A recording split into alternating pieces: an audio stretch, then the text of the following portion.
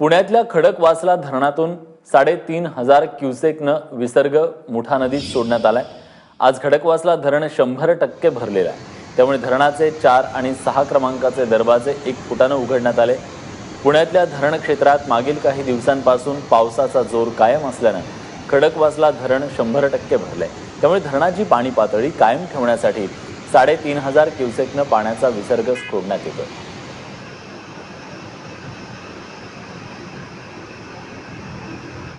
दरम्यान खडकवासला धरण ओव्हरफ्लो झाल्यानं त्याचे दरवाजे उघडून मुठा नदीत पाणी सोडायला सुरुवात झाली आहे। त्यामुळे भिडे ब्रिज जो आहे तो पाण्याखाली गेलाय। याचा आढावा घेतलाय आमच्या प्रतिनिधीनं।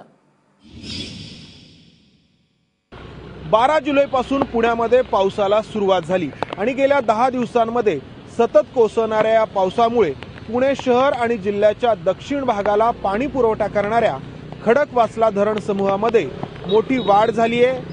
खडकवासला धरण हे 100% भरलंय आणि त्यामुळे या मुठा नदीच्या पात्रात पाणी सोडण्यात येतंय। या पाण्याचा वेग सध्या 7,000 क्युसेक्स आहे आणि पाऊस असाच पडत राहिला तर साहजिकच पाणी सोडण्याच्या या प्रमाणामध्ये पाण्याच्या वेगामध्ये आणखी वाढ करण्यात येईल। खडकवासला धरण समूहामध्ये खडकवासला धरणाबरोबरच पानशेत, वरसगाव आणि टेमघर या धरणांचाही समावेश होतो। या एकूण 4 धरणांची क्षमता 29 TMC आहे। सध्या खडकवासला धरण हे भरलेलं आहे, मात्र इतर 3 धरणं देखील बऱ्यापैकी भरलेली आहेत। टेमघर धरणामध्ये 39% पाणीसाठा आहे। पानशेत धरण हे 55% भरलेलं आहे, तर वरसगाव धरणामध्ये देखील 50%हून अधिक पाणीसाठा झालेला आहे। खडकवासला धरण सुरुवातीला आहे आणि छोटं आहे, त्यामुळे सुरुवातीला या धरणातून पाणी सोडलं जातं, परंतु पाऊस जर असाच पडत राहिला तर इतर धरणं देखील भरतील आणि त्यामधून देखील पाणी सोडलं जाईल। मी आता पुण्याच्या डेक्कन भागातील भिडे पुलावरती उभा आहे। 20,000 क्युसेक्सनी पाणी सोडण्यात आल्यानंतर हा पूल पाण्याखाली जातो आणि या पुलावरची वाहतूक बंद करावी लागते।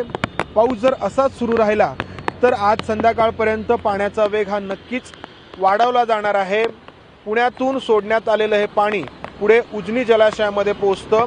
खरं तर उजनी जलाशय भरण्यासाठी आधी पुण्यातील धरणं भरणं आवश्यक असतं, ती भरू लागली आहेत, त्यामुळे साहजिकच उजनी जलाशय देखील येत्या काही दिवसांमध्ये मोठ्या प्रमाणात पाण्याने तृप्त होणार आहे।